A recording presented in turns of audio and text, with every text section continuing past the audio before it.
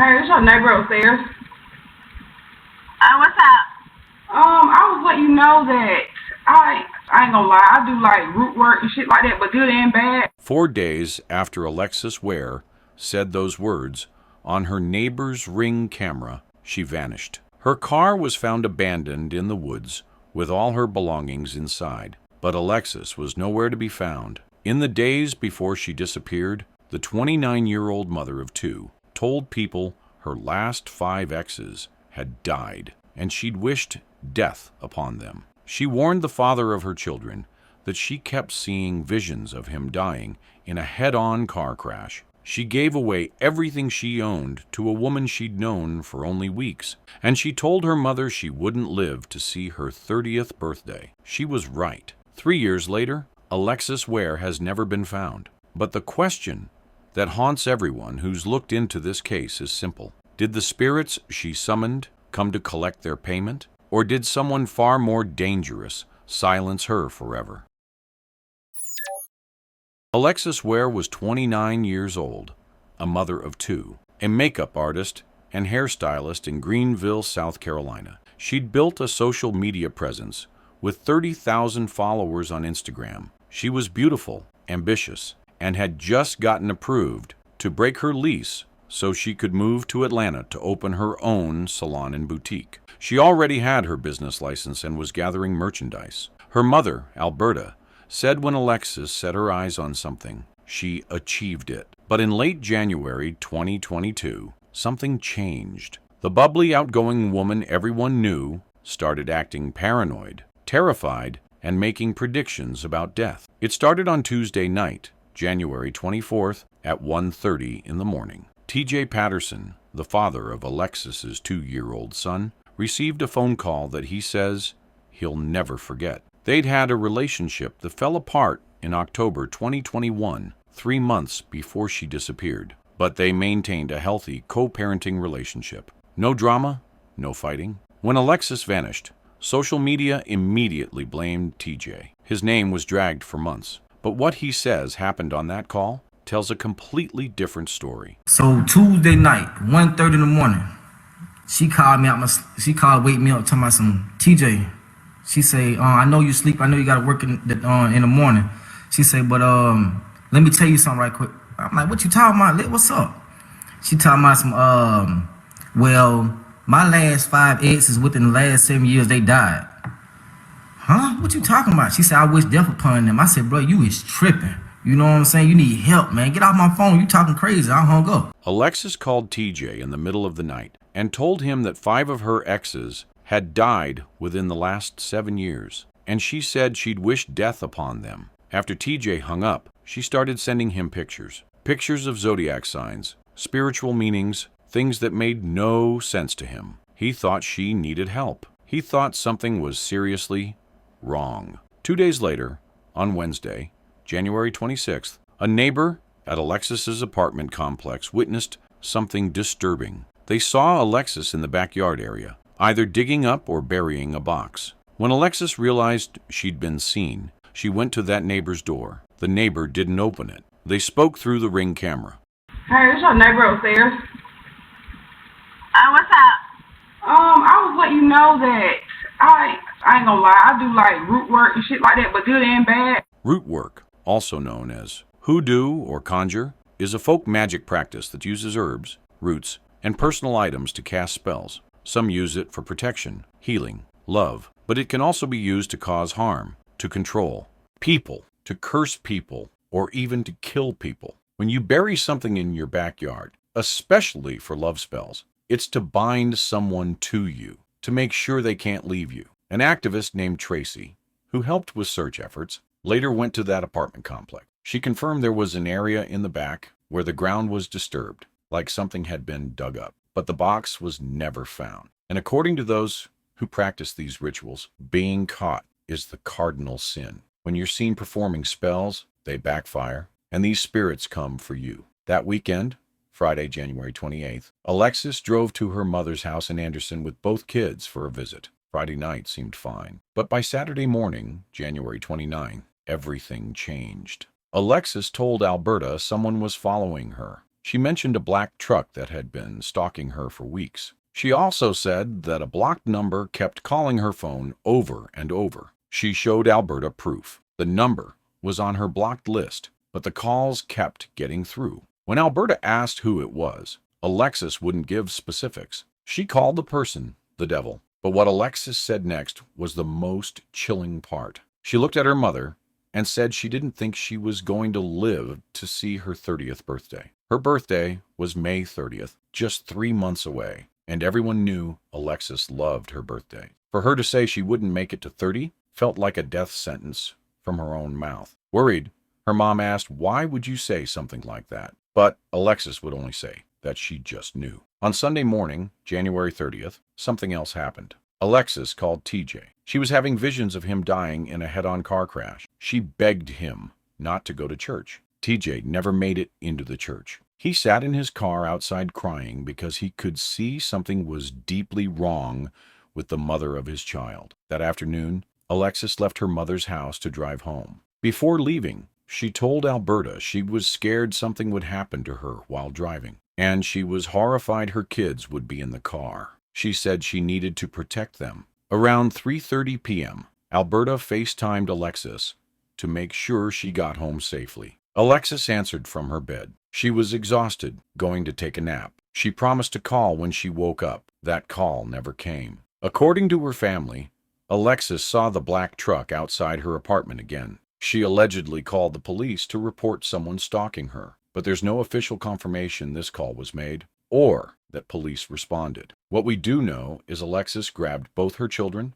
got in her car, and left. Hours later, around 7:30 p.m., TJ received a call from Alexis. She was running out of gas and needed him to take the kids. They agreed to meet at a 7-Eleven on Highway 29 North in Anderson. TJ put the call on speakerphone so his cousin could hear, because Alexis's behavior had gotten so disturbing, he wanted a witness. She was warning him about specific colored vehicles, like someone was following them. When TJ arrived at the 7-Eleven, Alexis was at the gas pump. He pumped gas in her car, got his son. Then Alexis asked if her daughter could go with him too. The 9-year-old, Naomi. Both kids were now in TJ's car. The plan was for Alexis to follow TJ to his mother's house. They both pulled out of the gas station, but at a red light just beyond it, Alexis went around TJ and sped off in the opposite direction. TJ tried calling her 3 times. She cut the phone off. Naomi, the 9-year-old,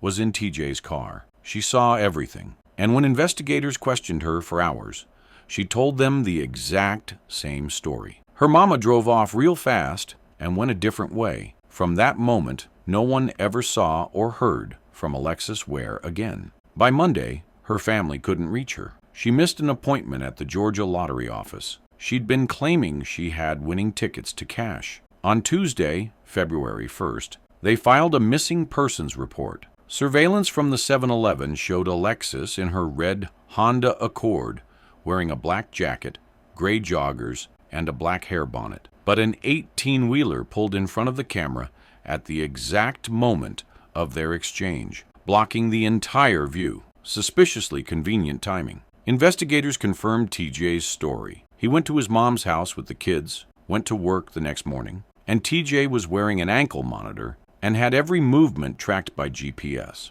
If his monitor had pinged anywhere near where Alexis's car was found, he'd have been arrested immediately, but it didn't. Phone records showed Alexis's phone pinged south toward Abbeville County around 8:15 p.m. Traffic cameras captured her car heading toward Augusta, Georgia, then heading back toward South Carolina. Her car was also spotted multiple times at an apartment complex in Anderson that night. Nobody knew why she'd be there. And when her family went there with a missing persons flyer, not a single person recognized her. On February 2nd, a property owner in McCormick County, 70 miles south of Anderson, noticed a red car on a remote dirt road in the woods. After days with no one returning to it, he called authorities. It was Alexis's car, and inside they found her cell phone, her purse, her ID, keys, makeup, a bag of clothes in the trunk, lottery tickets,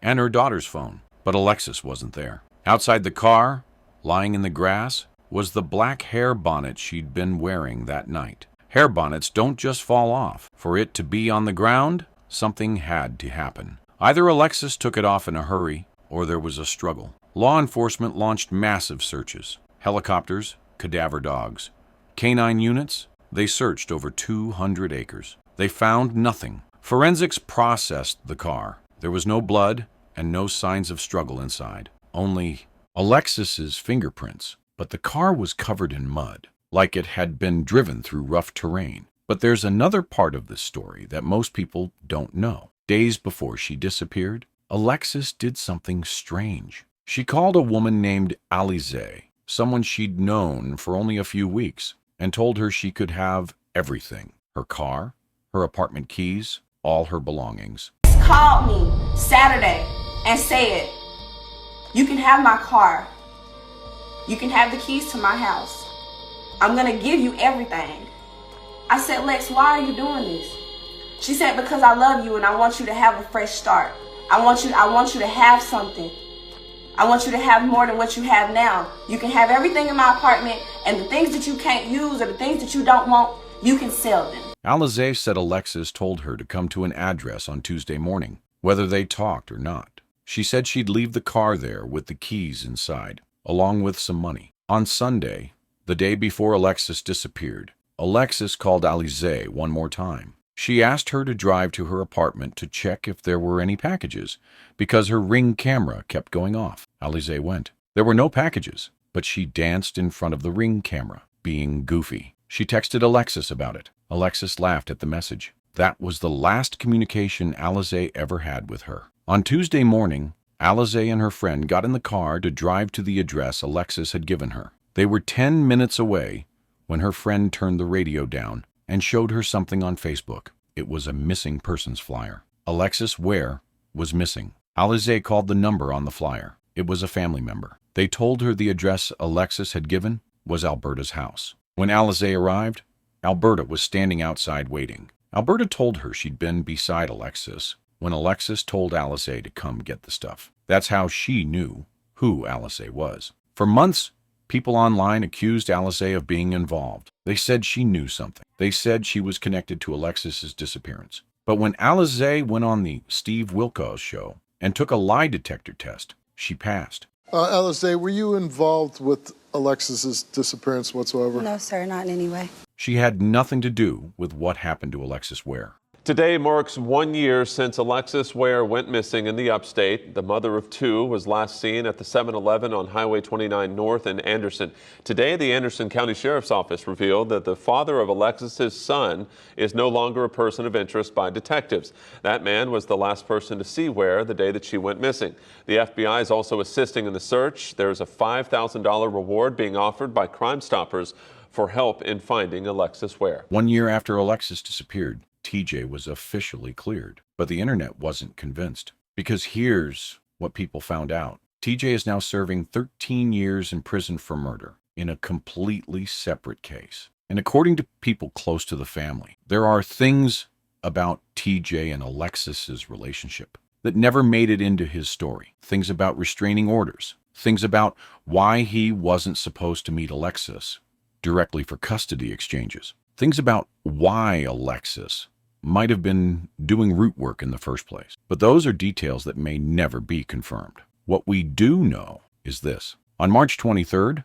2022, Alexis's 30th birthday came. Her family held a celebration with seafood boils and a cake, but Alexis wasn't there. Just like she predicted, she didn't make it to 30. Her son was 2 when she disappeared. He's 5 now. He barely remembers her. Naomi, who was in the car that night, is 12 now. According to Alberta, Naomi tells her grandmother, Gigi, "You can't let her leave here. Just lock her up and make her stay here for about a year." That little girl still believes her mother is coming home. 3 years later, Alexis Ware has never been found. No confirmed sightings, no arrests, no answers. Her mother believes she's gone. Her children ask where their mama went. And the world is left with 2 theories. Did Alexis Ware practice root work that backfired and cost her everything? Or was she running from someone dangerous, someone who made sure she'd never make it to Atlanta, never make it to 30, never make it home?